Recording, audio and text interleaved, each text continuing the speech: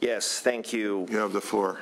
Mr. Chair and members, this is on behalf of my colleague, Assemblymember Tony Thurmond, presenting AB 2441. Before I begin, I would like to convey that Assemblymember Thurmond accepts the committee amendments that are proposed. AB 2441 will create a new state investment in cities for the development of housing, namely in high-cost areas. The reason for this program is that there is no effective housing policy or program for high-cost areas in existence. Even known programs like CalHome cannot work in high-cost areas given its limitation on what incomes it can assist. In fact, there is no effective program that provides funding for the development of rental housing above 60% area median income. In high-cost areas, the free market supply simply does not provide housing supply for all income categories. For those that believe flooding the market with supply will bring prices down, maybe that's true, but given the current economic conditions in the Bay Area, it would likely take a decade or so of massive development to have that kind of impact. AB 2441 creates a pilot program that is effective in providing local governments a flexible fund for the development of housing. It may be used for either homeownership or multifamily rental housing. AB 2441 will help a nurse who makes $76,000, or a rookie firefighter making $65,000, or a new teacher making $58,000. In other regions, these are good middle-class salaries, not so in the Bay Area. AB 2441 will create a flexible pilot program that seeks to meet the needs of a workforce that is important to our communities, but are not making six-figure salaries. Here with me to testify, Nicolo DeLuca on behalf of the City of Oakland and Kevin Zwick with the Silicon Valley Leadership Group. Speakers in favor. Chair Member Bell, members of the committee, my name is Nicolo DeLuca. I'm here on behalf of the City of Oakland and the City of Berkeley in strong support. There's no secret, as the Assembly member said, that we have a housing crisis in Oakland, the Bay Area, and other parts of the state. Quick stat, 2 Oakland teachers earning together $110,000 are being priced out of Oakland. However, AB 2441 helps tackle these problems. This bill is about addressing the need facing many parts of our state, and unfortunately existing state programs are not doing that currently. For example, some state programs offer loans, yet some cities and their residents are unable to handle a loan program. Some programs are limited at 80% AMI, yet, as the Assembly member said, in some of these high-cost areas, 80% AMI is not cutting it. By providing grants to cities, this bill provides greater flexibility. It allows cities to address numerous housing-related issues and encourages cities to pool their resources together. With that, I respectfully ask for your aye vote, and I'm here to answer any questions. Thank you. Other speakers in favor? Hi, I'm Kevin Zwick, and I'm the CEO of Housing Trust Silicon Valley, and I'm here speaking on behalf of the Housing Trust, as well as speaking on behalf of Silicon Valley Leadership Group. The Housing Trust and Silicon Valley Leadership Group strongly support AB 2441, the Workforce Housing Pilot Program as amended. We're strongly supportive of the goals of the program to assist cities that may have limited resources to address the rising cost of housing in their regions and using new and innovative ways to do so. We also greatly appreciate Assemblymember Thurmond and Mullen and this committee to include amendments which allow local housing trust funds partnering with cities to also apply for this program. Local housing trust funds have a track record to raise outside private capital and also have expertise in administering housing programs that serve families up to 120% AMI. And so with these amendments, Housing Trust Silicon Valley and the Silicon Valley Leadership Group strongly support the Workforce Housing Pilot Program and ask for your vote. Okay, thank you. Speakers in favor, please. Yes, Vernon Whitmore representing the City of Richmond. Thank you. Okay, thank you. Jennifer Speck on behalf of the California Association of Realtors, also in support. Deborah Carlton with the California Apartment Association, here in support. Josh Shaw, the City of Santa Monica, supports the bill. Speakers opposing? We have speakers opposing, please. Do we have any opposition? No. I'd like to move the bill. We have a motion on the bill. Any questions? See none. Would you like to close? Respectfully ask for an aye vote. Okay, call the roll, please. AB 2441, the motion is do pass as amended and re-refer to the Appropriations Committee. Senators Bell? Aye. Bell, aye. Cannella? Aye. Cannella, aye. Allen? Aye. Allen, aye. Bates? Gaines? Galgiani, Leyva, McGuire, Mendoza, Roth, I. Wachowski.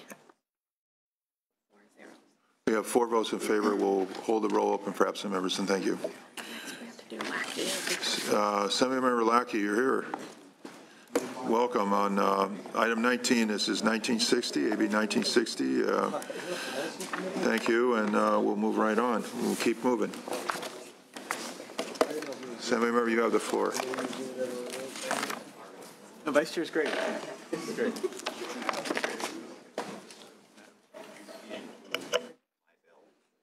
I just got here. What's going on? This is the high-speed rail that she's got problems with? What's going on?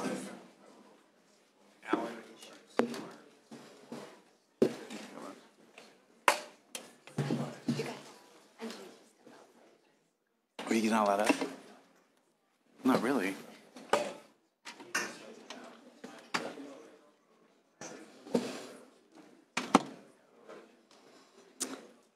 Good afternoon, Chair, members. Thank you for the opportunity to present this bill. We thank your staff for the extensive work that they've done to help coordinate this effort.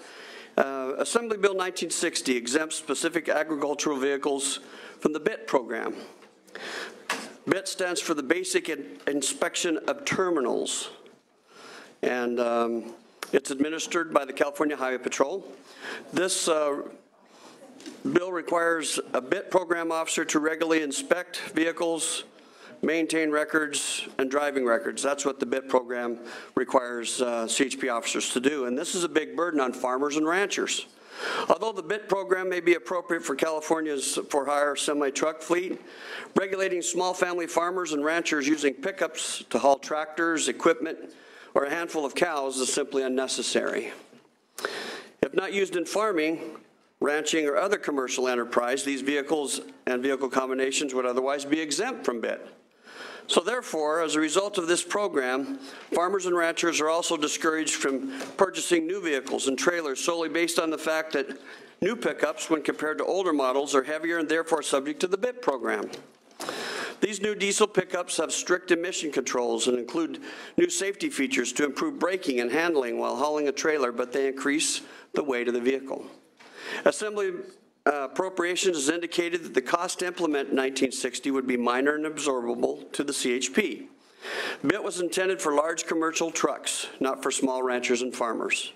I have with me Justin Oldfield from the California Cattlemen's Association here to testify in support. Thank you. Good afternoon, Mr. Chair, members of the committee. Justin Oldfield with the California Cattlemen's Association. We're sponsoring the bill. First, I'd just like to briefly thank the chair and also your staff for working closely with us throughout this process. I want to make just 3 brief points, and I know that you have a heavy bill load today. So, just first, as to the need of the bill, many of these vehicles that we're talking about are both a vehicle used on the farm, but also personal vehicle. So, while you may be out checking irrigation water, hauling a few cows, it's probably the same vehicle you're also going to use, take your family to church on Sunday and go to the grocery store. So it's not uncommon for vehicles used in agriculture to be treated differently, and given the fact that these same vehicles are both being used for a farm and a personal use, we do think the bill is certainly the bill is necessary. Relative to the exemption itself, the exemption is extremely narrow. It's specific to a gross combined weight rating of 26,000 pounds between the tow vehicle and the trailer. If at any point in time you exceed that, the exemption does not apply. It also is only based for people who are operating in a not-for-hire capacity, which means if you are physically being paid or compensated to haul, whether it's livestock or another product, the exemption does not apply. Last and not least, the exemption is definitely enforceable. The exemption is based on current language in the commercial driver's license portion of the vehicle code, and all of the things in it in terms of the criteria have been vetted since 1998 when it was passed into law. So this is a good bill, and we respectfully ask for your aye vote. Thank you very much. Speakers in favor, please. Yes, sir. Mr. Chairman, members of the committee, John Moffitt on behalf of the Milk Producers Council in support. Thank you. Andrea Fox with the California Farm Bureau. We've worked with the Cattlemen's Association on this bill, and it will be beneficial for our members who, as he said, use their pickups for personal use as well as on the farm. They're also required, if they're in the BIT program, to keep logbooks and all the other things that commercial drivers driving big rigs have to do, and this is it's difficult. So we're in strong support of this bill. Thank you. Thank you, sir. Yes, sir. Afternoon. My name is John Pearson from Solano County. I raised about 40 head of mother cows, and I use this vehicle just as it was stated, and I approve of this bill. Thank you. John Mangles, Solano County cattleman, wine grape grower, and in strong support. Jeff Dittmer, I'm a cattle raiser from Solano County, a member of the California Cattlemen's Association, support the bill. Margot Parks on behalf of Family Winemakers of California in support. Okay. Speakers opposing. Any speakers opposing, please? We have a motion on the bill. And close, please. Yeah, just real quickly, this particular bill, we believe, is narrowly focused and replicates language used elsewhere in the Vehicle Code, and we ask for your aye vote. Call the roll. AB 1916, the motion is due pass and refer to the Appropriations Committee. Senators Bell? Aye. Bell, aye. Cannella? Aye. Cannella, aye. Allen? Bates? Bates, aye. Gaines? Galgiani? Leyva? McGuire? Mendoza? Roth? Roth, aye. Wachowski. We have 4 votes in favor, and we'll leave the roll open for absent members. Next will be Bloom. Assemblymember Bloom, it's your time. Time to shine. Okay, it's item 20, AB 1964, and then I want to point out that he has a second bill, item 28. He has 3 bills. What? He has 3. 3 bills. Yeah, we have 3 bills. Yeah, he's got a 3-bill agenda here. You want to start with 1964? You can start, which I believe you want to start with that one? Okay. We'll start with the high occupancy vehicle. Judging by those who sat down at the table, yes. All right, go ahead. It's a new way of getting priority. All right, just sit down. Thank you, Mr. Chair and members. By 2025, 15% of the new cars sold in California will have to be zero emission and partial zero emission vehicles. And California's Green Sticker program for plug-in hybrid vehicles is vital to helping automakers reach that ambitious goal. The future of the program, unfortunately, is in jeopardy because last year the decal limit of 85,000 decals was reached, and the program is set to expire at the end of 2018. Since the creation of the program, the legislature has continually lifted the cap and extended the sunset. AB 1964 takes a new and innovative approach to extending this program by creating a new decal program for plug-in hybrid vehicles after the current program expires. The new program will have neither a limit on the number of decals nor a sunset date. However, the program will only permit decals to be used for 3 to 4 years after they are issued. This will increase the accessibility of the decals while reining in the length of time that they can be used for. And once plug-in hybrid electric vehicles reach 9.2% of the market share for 2 consecutive years, that metric will cause the stickers to stop being issued entirely, and the program will end. Clean air vehicle decals are effective incentives and have spurred the sales of tens of thousands of zero-emission vehicles every year.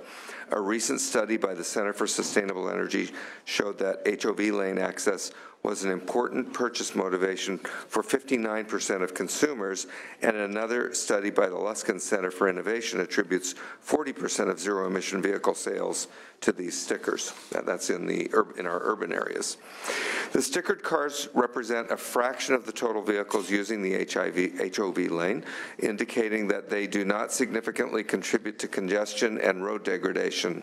According to a Caltrans study, in the district with the highest number of zero-emission vehicles registered, these vehicles average less than 1% of peak HOV volume. However, to address the committee's concerns about potential congestion in HOV lanes, I will be taking the committee amendments to give Caltrans and regional transportation planning agencies more guidelines on when and how to suspend HOV lane access for these vehicles.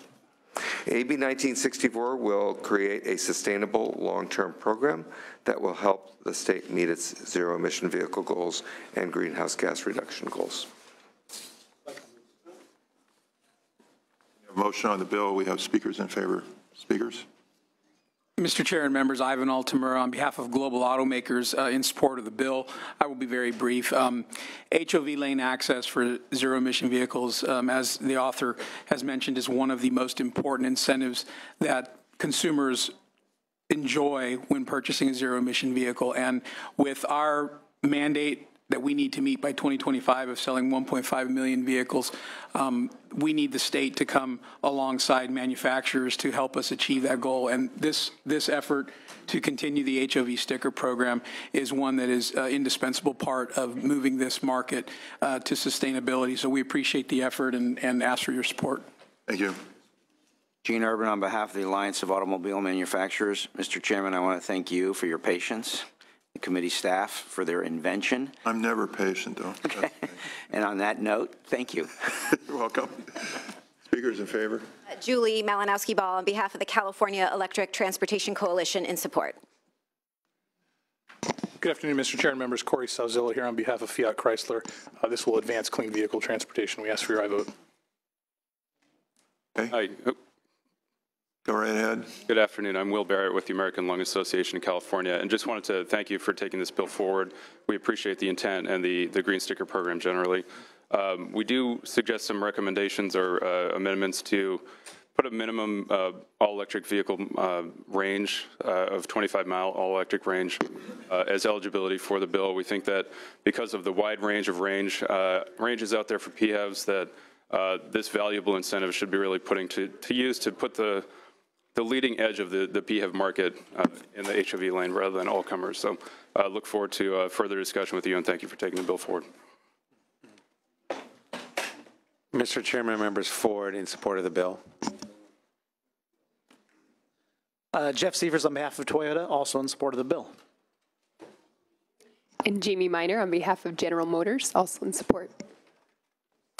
Mr. Chair, members of the committee, Mark Aprea on behalf of ChargePoint in support of the bill and urge your aye vote. Thank you. We have opposition to this bill. Opposition to this bill. Please come forward if you do. None? Okay. Questions from the committee? We have a motion. You want to close? I ask for your aye vote. Okay. We'll call the roll, please. AB 1964, the motion is do pass as amended and refer to the Appropriations Committee. Senators Bell? Aye. Bell, aye. Cannella? Aye. Cannella, aye. Allen? Bates? Gaines? Galgiani? Leyva? McGuire? Mendoza? Roth? Roth, aye. Wachowski. We have 3 votes, and we will hold it open for absent members. Richard. Okay. You may proceed with your next bill, and that is AB 2501. Thank you. And we have, for people that haven't been to these meetings, senators are presenting bills in assembly committees, and assembly members are presenting bills in Senate committees. So as you see, there's absences. We will take votes as members attend our meeting. So, Assembly Member, you have the floor for the next item, AB 2501. Thank you, Mr. Chair and members, and allow me to begin, Senator Bell, by thanking you for being very generous with your time on this bill. We're in the second round of hearings here on AB 2501, and I will be brief since we've already had. I'm going to let your colleague speak, Assembly Member Evan Lowe, who's my Assembly Member. I'm certainly going to. Okay, that's good. Okay, you have the floor. AB 2501 streamlines the process and gives developers certainty by clarifying a number of ambiguous provisions in order to increase the law's effectiveness as an incentive to build desperately needed affordable homes with no cost to the state. We have taken the amendments reflected in the analysis that remove opposition from the American Planning Association, the Rural County Representatives of California, and the California State Association of Counties. And additionally, we've negotiated amendments with the League of Cities that will remove their opposition. That happened just this morning, and so you will see that in the next version of the bill. The amendments make the language in the standard for denying a concession or incentive consistent with the language in the definition of a concession or incentive. So essentially, if a concession or incentive does not meet the definition in the law, the city then may deny the project.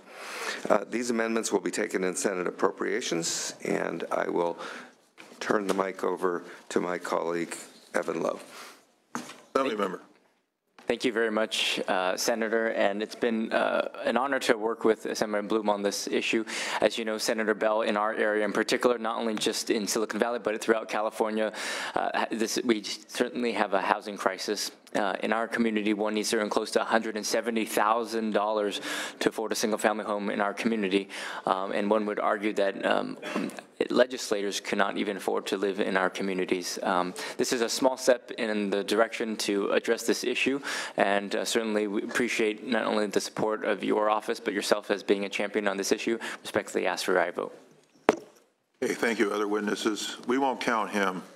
That doesn't count against us. Okay. Thank you, Mr. Chairman. Brian Augusta on behalf of the California Rural Legal Assistance Foundation. I'll be brief because we've already had discussion of this bill last week and its merits.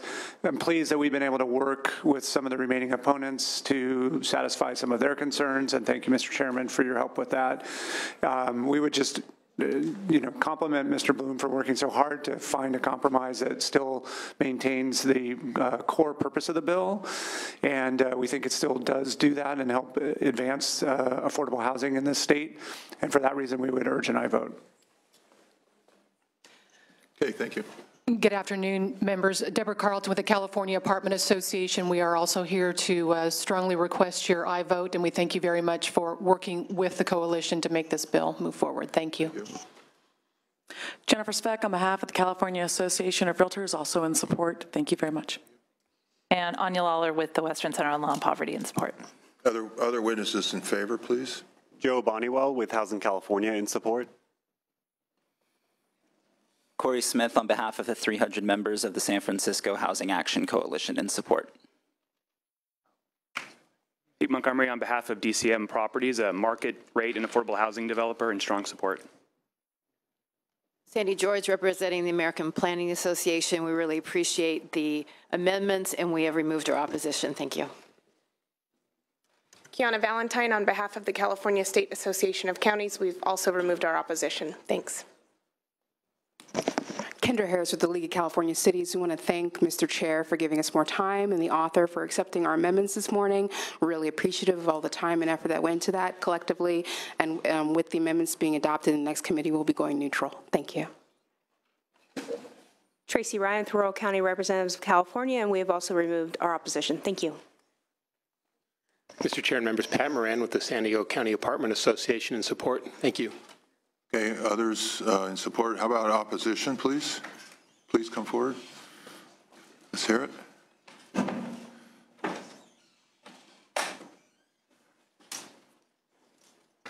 You may have it, Chair. Good afternoon, Mr. Chair, committee members. Jonathan Clay on behalf of the City of Encinitas. First off, I'll say we do appreciate that the author's been working with all the stakeholders to address many of the concerns. My city, though, will still remain opposed. As you remember, one of the issues my council member brought up last week was this issue of density bonus and rounding up or rounding down. That still remains in the bill. That's still an issue for the City of Encinitas. We feel that that should be something left to the locals to make a determination on density and whether you round up or round down. So with that, we're still opposed. Thank you. Good afternoon, Peter Cohen, Council Committee Housing Organizations in San Francisco. We were here last week. Appreciate some of the additional amendments, including the League's amendments, but we will say that the nexus for a need is still not established, and this is where, unfortunately, we fall short of accepting the amendments. We have a very fundamental underlying issue, which is developers get to count their local inclusionary obligations towards state density bonus law, so effectively double dipping. And without being able to, having to establish the need for the extra bonus, you essentially can be conferring value without greater public benefit. We do ask for that to be considered still, and we'd like to see it change before it goes to the Senate floor. Thanks. Mr. Chairman, members, David Jones on behalf of the cities of Sacramento, San Marcos, and the cities of Marin. We appreciate the author's willingness to work with the opposition, and we're looking forward to reviewing the amendments fully to understand whether we still have a bigger concern with this bill as it moves forward. So thank you. Okay. Others? Speakers? Okay. Questions from our committee? Recommendations, the new amendments seem to ameliorate all the League of Cities, the CSAC. You remember last week we asked that this be held back for a week so that we can try to work out a lot of the issues, and I think for the most part we were successful in doing that, and appreciate all the hard work that we went into this. So my recommendation now is to approve it with those amendments. Move the bill with the amendments. Okay. Okay. Any other questions or comments? We'll call the roll. Oh, you would like to close?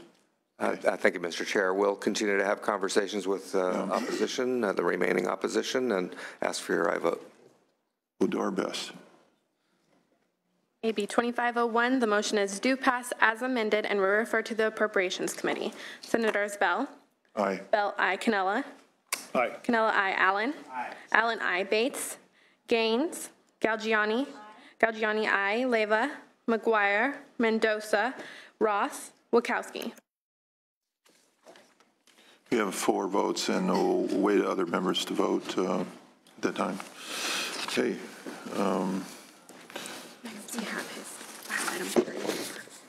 Okay, we have one more. Assembly member, you have file item 34, and that's AB 2796. You may have the floor on that item.